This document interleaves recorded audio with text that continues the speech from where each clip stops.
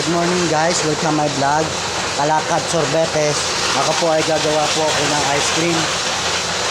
Ang unang paggawa po ng ice cream, minute po ako ng tubig para sa palabok. Ito po yung tubig. Pupulo pa lang siya.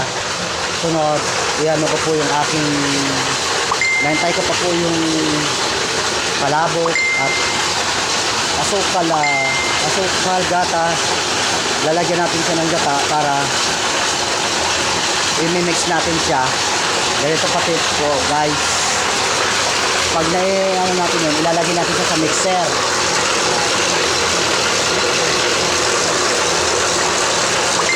Ito po yung ginawa ko sa kasama ko.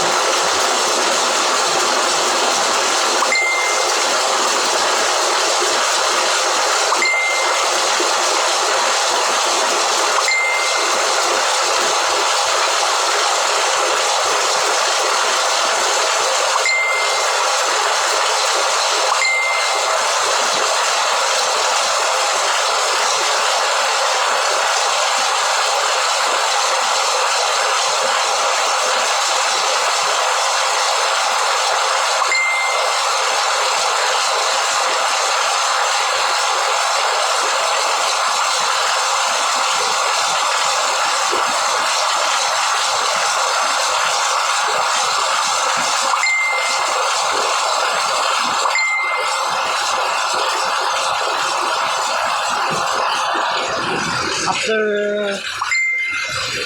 nilagyan natin ng yelo at asin siya, after 45 minutes o 40 minutes, at alam na natin na yung ikot ay pumapalag na yung puliya o yung kanyang makina. Pag pumapalag na yan, luto na siya. At maraming po salamat. Yun na po ang aking ano. Thank you po.